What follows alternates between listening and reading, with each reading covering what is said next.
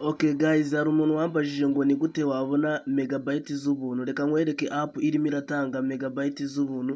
Ni ikora nka VPN. Uraza hano muri Google Play Store.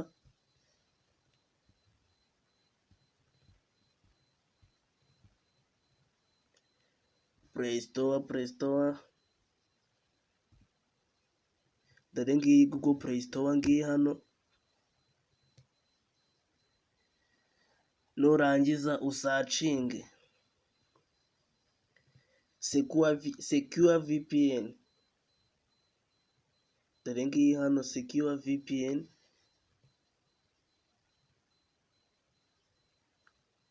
Nurangiza urazamuka uze kuri iyi ngiyi. Iyi ngiyi iri hano. Iyi. Urabona njye ndayifite muri phone, reka tumite nkwereka uburyo ikora, nayo numara kuyidownloadinga niko urabigenza.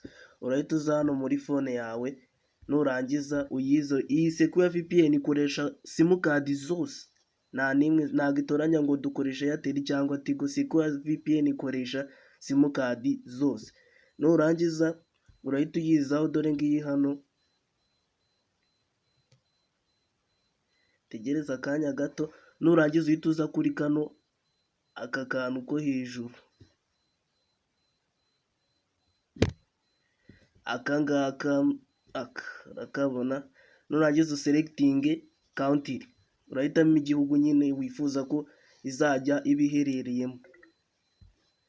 Nurangiza reka duhitemo United Kingdom. Akaba ariyo twemeza.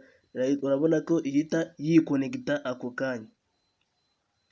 Warangiza yabaye connected, warangiza ukahita uza ku mbuga nyine nka TikTok, Instagram, Facebook. Reka nze tujye kuri YouTube.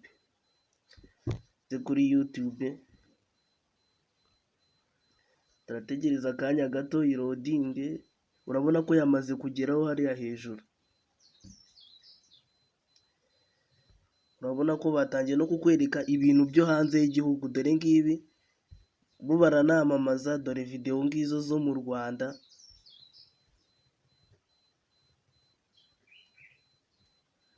Urabona ko ikora playingire kuri video imwe byibuze yo mu Rwanda. Playing iyi ngiyi.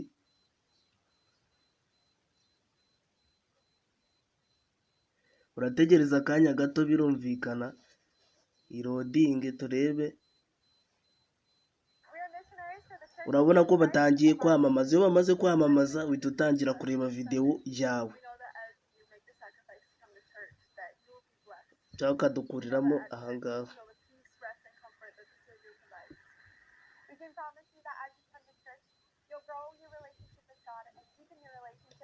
Reka tujye no kuri TikTok noneho turebe. Wabonye ko kuri YouTube birakora, turaza hano kuri TikTok turebe. Urabona ko no kuri TikTok birakunda. Ukagenda uhindura video, urabona birakunda. Guys, kora subscribe, ukore share kugira ngo buri muntu wese cyangwa inshuti zawe zibone iyi video kandi zibone internet y'ubuntu. Wakoze kureba iyi video ikaba igeze ahangaha, ndabashimiye kandi n'iby'urukundo rukomeye cyane. Murakoze.